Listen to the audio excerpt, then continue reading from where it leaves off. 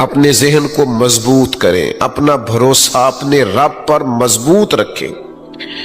جب آپ اللہ اور اس کے رسول کے وعدوں پر یقین کامل رکھیں گے تو زندگی میں اطمینان آ جائے گا، زندگی میں سکون آ جائے گا۔ آپ کو محسوس ہوگا کہ زندگی ایک خوبصورتی کی طرف چلی گئی ہے۔ دیکھیے سیدنا بلال حبشی رضی اللہ تعالیٰ عنہ کے پاس کوئی بہت بڑی حویلی نہیں تھی مدینہ منورہ میں، وہ بہت بڑی جائیدادوں کے مالک نہیں تھے، مسجد میں سویا کرتے تھے، لیکن زندگی میں اطمینان بڑا تھا، قرار بڑا تھا، سکون بڑا تھا۔ کیوں؟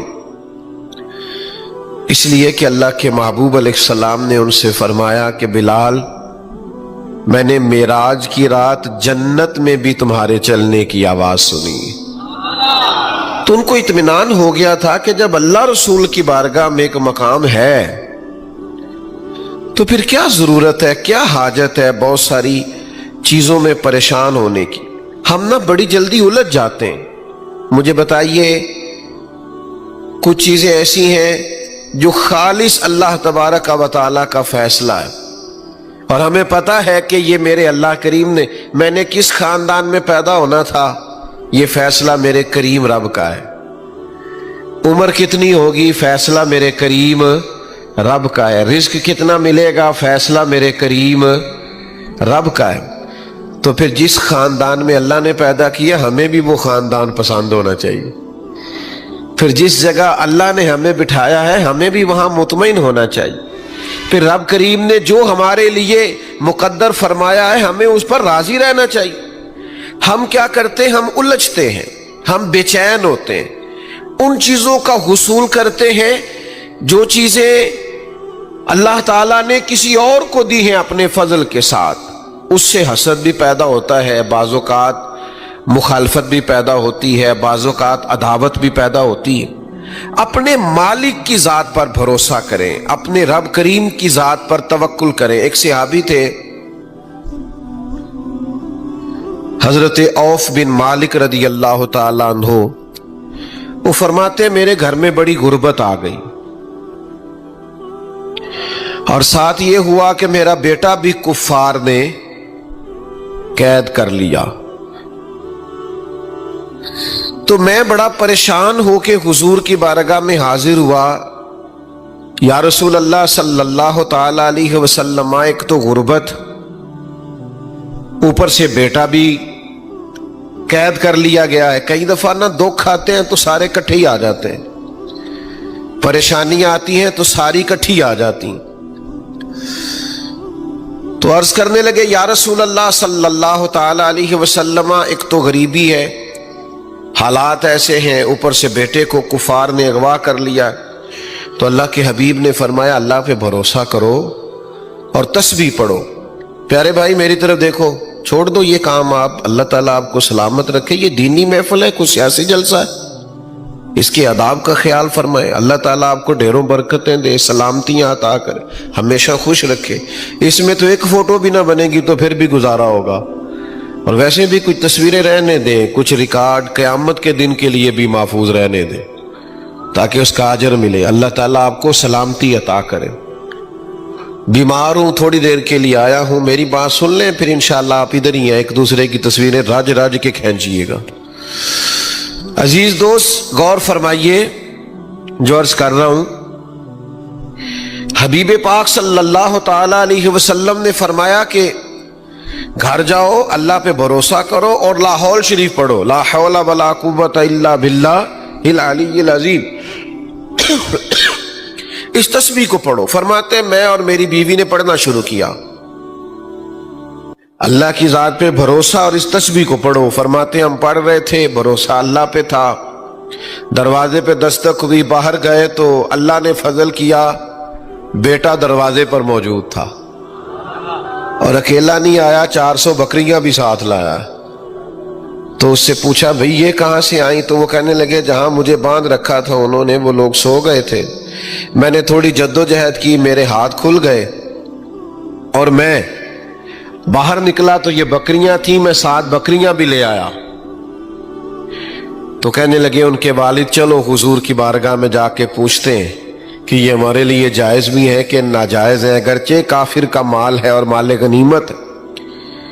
تو حضور سے جا کے پوچھا تو محبوب فرمانے لگے یہ سارا میرے رب نے تیرے لیے بندوبست فرمایا ہے۔ تو جب اللہ بندوبست کرتا ہے نا تو وہ یرزقہ من حیث لا یحتسب، پھر اللہ وہاں سے روزی دیتا ہے کہ بندے نے کبھی سوچا بھی نہیں ہوتا، لیکن شرط ہی ہے کہ بھروسہ اللہ کی ذات پہ ہو۔ جب بھروسہ اللہ کی ذات پہ ہوتا ہے پھر بندہ دھوکے سے مال اکٹھا نہیں کرتا، فراڈ نہیں کرتا، کسی کو لوٹتا نہیں، کسی کا گھر نہیں اجاڑتا۔ پھر وہ سمجھتا ہے چونکہ مجھے اللہ نے دینا ہے تو مجھے طریقہ بھی وہی اختیار کرنا چاہیے جو طریقہ میرے رب کو پسند ہے اور جو طریقہ مجھے شریعت نے عطا کیا۔ تو میرے بھائیوں، اللہ تعالیٰ کی ذات پر مضبوط توکل اور وہم نہیں کرنا زندگی میں، ذوف اعتقادی کا۔ وہ ہمارے ہاں چونکہ آج کل تویز دھاگے والوں نے بڑی بڑی دکانیں کھول لی ہیں اور پیر صاحبان چونکہ باقاعدہ بیٹھتے ہیں صبح 9 بجے سے عصر تک، تو ڈھیر سارے لوگ جاتے ہیں تویز لینے۔ اب ڈاکٹر اگر آپ کو یہ کہے کہ آپ کو بیماری کوئی نہیں تو آپ دوائی کھائیں گے؟ تو وہ کوئی دوائی آپ کو کوئی بیماری بتائی جائے گی تو آپ میڈیکل سٹور جو ان کی دکان کے باہر ہے وہاں سے کچھ خریدیں گے نا؟ بات کی سمجھ آ رہی؟ تو جب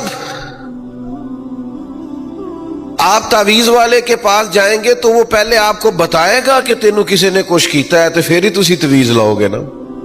تو اگر وہ یہ لفظ بول دیتا ہے کسی نے کچھ کیا ہوا ہے تو پھر شک جاتا ہے۔ اس ظالم کو نہیں پتا کہ کتنے لوگوں کے بارے میں دل میں بدگمانی پیدا ہوتی ہے، نفرت پیدا ہوتی ہے، کتنے لوگوں کو بندہ دشمن سمجھنے لگتا ہے۔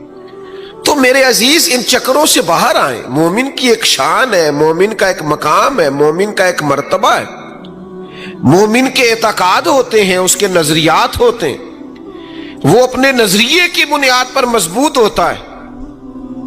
دیکھیے حضرت مولا علی شیر خدا رضی اللہ تعالیٰ عنہ بیمار ہو گئے تھے۔ ہمارے ہاں بہت سارے لوگ بیمار ہوتے ہیں تو سب سے زیادہ نقصان وہ بیمار اپنا کرتا ہے جو حوصلہ ہار جاتا ہے، جو ذہنی طور پر طاقتور رہتا ہے نا کہ یار اللہ بڑا کریم ہے، پہلے شفا دی تھی اب بھی فضل فرمائے گا۔ یہاں سے جو لوگ طاقتور ہوتے ہیں وہ طاقتور رہتے ہیں، لیکن اب حوصلہ کمزور کر بیٹھتے ہیں، بڑی جلدی پریشان ہو جاتے ہیں۔ مولا علی شیر خدا رضی اللہ تعالیٰ عنہ علیل تھے تو بعض صحابہ ان کی تیمارداری کے لیے حاضر ہوئے، تشریف لائے۔ تو مولا علی شیر خدا رضی اللہ تعالیٰ عنہ کو چونکہ بیمار آدمی کو نکاہت ہو جاتی ہے، کمزوری ہو جاتی، تو ان کی وہ کمزوری دیکھ کر بعض لوگ کہنے لگے کہ آپ تو بڑے بیمار ہیں، اللہ فضل کرے، ہمیں تو پریشانی ہو رہی۔ تو حضرت علی شیر خدا اگرچہ بیمار تھے اور اتنے بظاہر کمزور تھے کہ ان کو دیکھ کر دوسرے پریشان ہو رہے، اور حضرت علی شیر خدا کا ذرا یقین دیکھیے، فرمانے لگے آپ لوگ فکر نہ کریں، مجھے کچھ بھی نہیں ہوگا۔